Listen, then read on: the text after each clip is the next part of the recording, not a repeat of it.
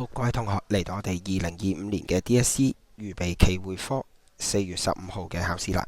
咁首先呢，今集呢主要係俾大家一個嘅概念，就係市場營銷單元選修單元裏邊一個最主要嘅部分啦。咁我哋呢首先有一個概念，就係呢一個單元裏邊有7個課題，其實有一啲嘅重點嘅。首先你要知道呢，其實第4同第5課呢第5同第6課係連埋一齊嘅。係啦，換言之咧，其實我哋温嘅時候咧，最好都係順住呢個次序啦。其次就係咁多課當中咧，最熱門嘅一定係第6課噶啦。係啦，第6課裏邊咧係講到生命週期，同埋咧佢有啲嘅特徵嚇，產品嘅生命週期有唔同嘅目標。係啦，咁佢亦都咧有4P 嘅策略會考到嘅。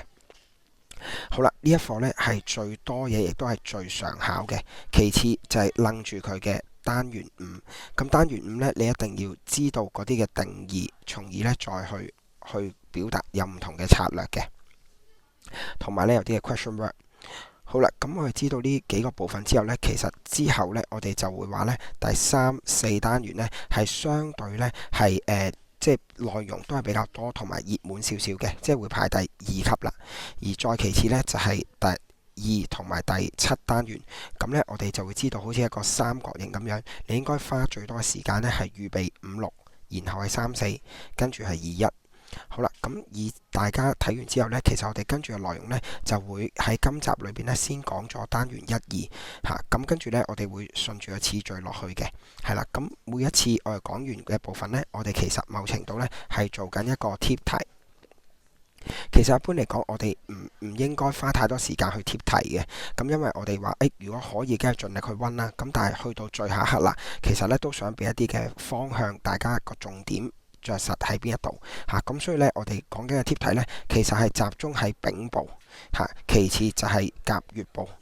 即係話，如果上年出咗丙部咧，其實你要知道，咁你可以慳翻少時間。咁比較少咧，會連續2年考丙部10分或者係12分咁樣嘅。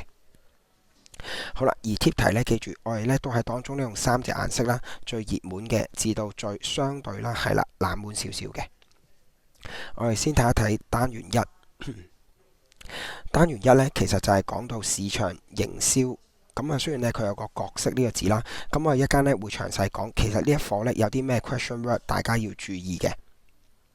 咁你見到呢，其實單元1呢就喺呢一版睇晒。喺過去咁多年呢，其實嘅 DSE 呢，佢主要係考過12啦、17啦同埋18年嘅。咁所以你話係咪一個比較冷門嘅課題呢？係嘅。咁但係會唔會攝到4分咁樣去考呢？咁其實係有機會嘅。咁所以呢，你都可以花少少時間呢望一望市場營銷角色。呢度呢應該主要呢係講緊市場營銷嘅概念啦。即係話我哋了解顧客需要啦，其次就係提供滿足佢哋需要嚇嘅產品或者服務啦，而且呢係比競爭對手係更佳嘅。咁呢幾個重點呢，記得要去應用佢啦。咁呢一度呢，我哋都講到呢，就係市場營銷嘅角色呢，其實仲有一個 question word 呢，就係佢嘅步驟嘅。咁呢度呢，都可以呢，係温書嘅時候單元1呢，特別去花少時間去睇一睇。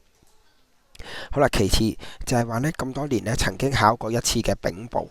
咁丙部呢，佢係考市場營銷活動嘅計劃。其實個重點嘅 question word 係計劃呢個字。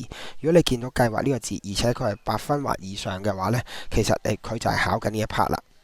咁呢一 part 呢，其實可以話係冷門嘅。咁原因呢，就係因為其實佢已經滲透咗喺之後每一個單元裏邊。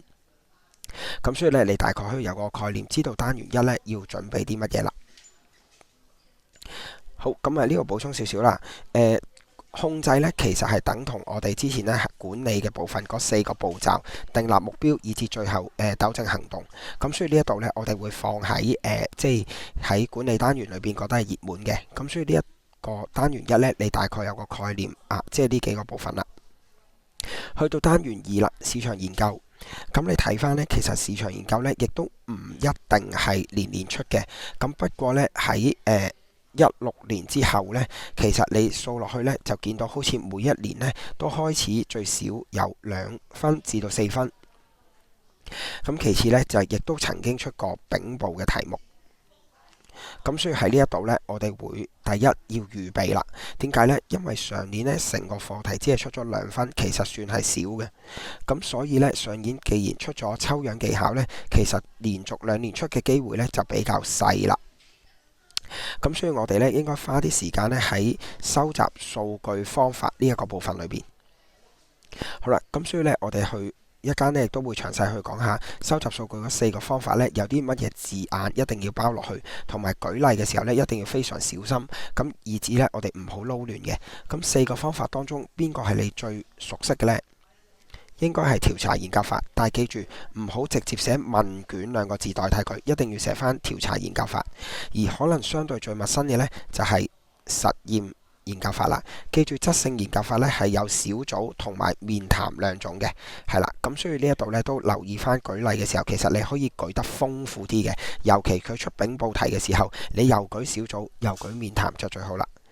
然後就係觀察法呢，亦都係相對大家應該係比較熟悉嘅，但係記住唔好淨係得神秘顧客。其實你只要係有一個員工去到人哋嗰度去觀察、去睇而直接記錄一啲嘢呢，其實已經係完成咗嗰個舉例㗎啦。但係記住，成條題目最緊要扣題，佢每一次做資料研究呢，一定有一個目的嘅。譬如佢想訂立4P 策略啦，佢想了解定價或者係佢想知道顧客嘅需要，佢一定有個目的嘅，所以記得扣緊個目的先至等於個 case 嘅。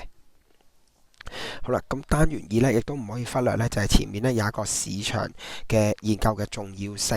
咁呢一度呢自己都可以知道，咁到時記得望一望啦。市場營銷概念呢喺呢一度呢，我哋講到呢就係有幾個重點嘅。第一就係呢，佢要找出市場營銷目標市場嘅需求啦，找出需求呢個係最重要。好啦，第二就係我哋做市場營銷嘅目的係乜嘢啊？其實就係提供俾對手更能滿足客戶嘅服務或者產品。好啦，當我哋寫完呢一個定義之後呢，咁我哋到時呢就首先要確認咗客戶要啲咩先，跟住就提供嗰樣嘢俾佢。記住換一換字眼啦，譬如佢中意港式口味，我哋就提供雲吞麵或者蛋撻啦嚇。咁呢一度呢，基本上呢都係唔難嘅，唔難去做到嘅。好啦，而單元1呢，第2個要預備嘅課題呢，就係市場營銷計劃啊。咁特別咧 highlight 有計劃呢個字，即係做一個 planning 啦。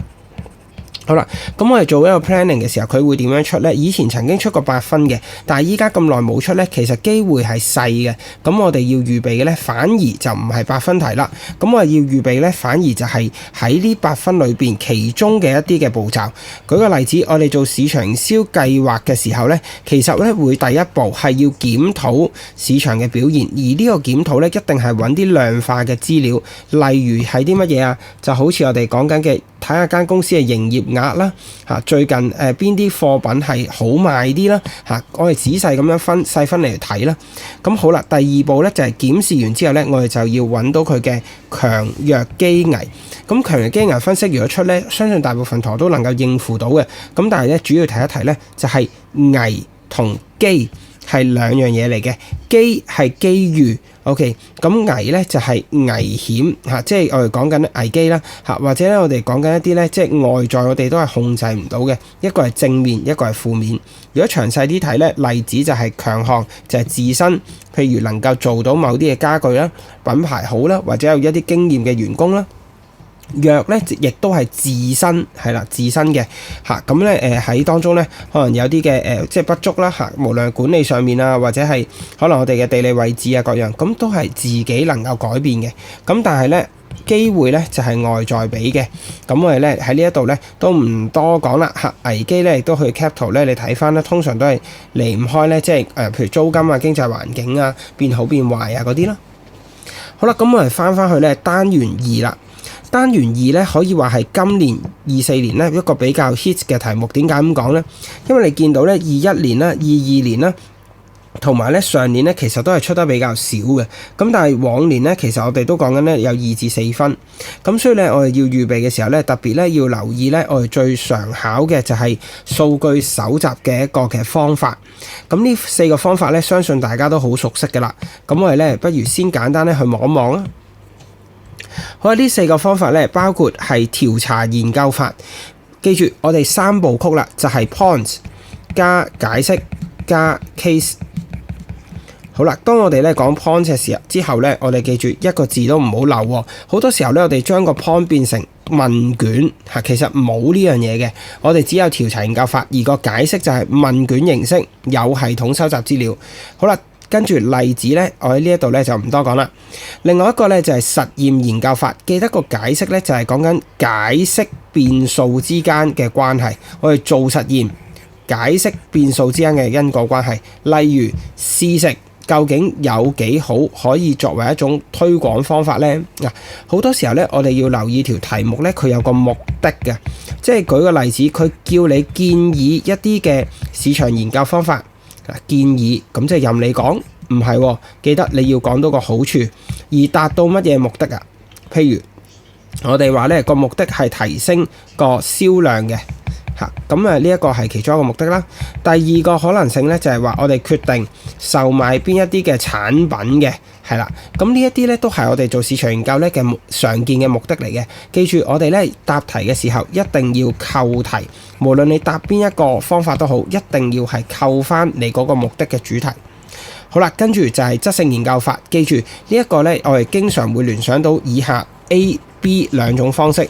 當你解釋嘅時候咧，其實最重要就係要強調呢兩種方式都係攞到啟發性嘅資料。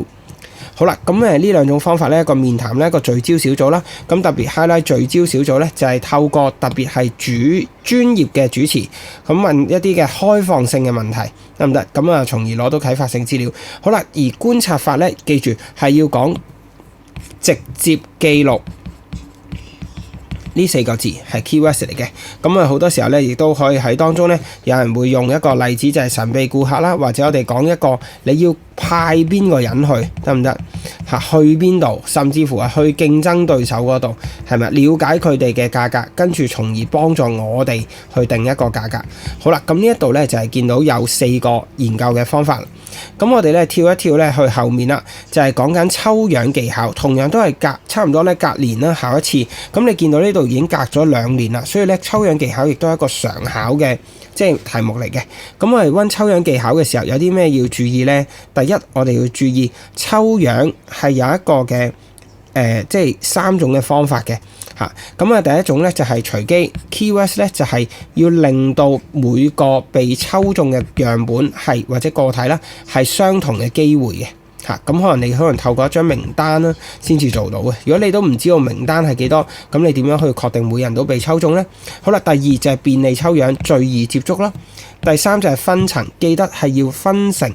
將個總體分成多個不同嘅組別，呢一句咧係個解釋嚟嘅。咁我哋通常分咧可以用年齡啊、性別啊，可以用咧幫襯嘅顧客嘅時間，早午晚啊，或者喺當中講緊嗰啲嘅客戶需要嘅產品嘅類型啊嚟到去分類。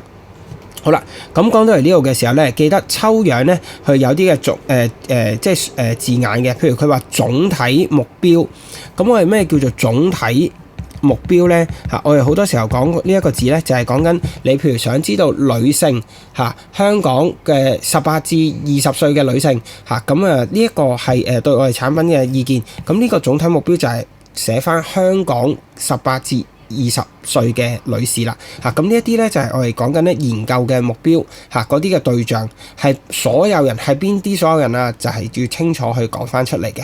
OK。好啦，咁喺呢一度咧都留意翻咧，就係抽樣咧就係呢一幾個 point 啦，同埋咧我哋講緊咧係嗰一個嘅定義嘅。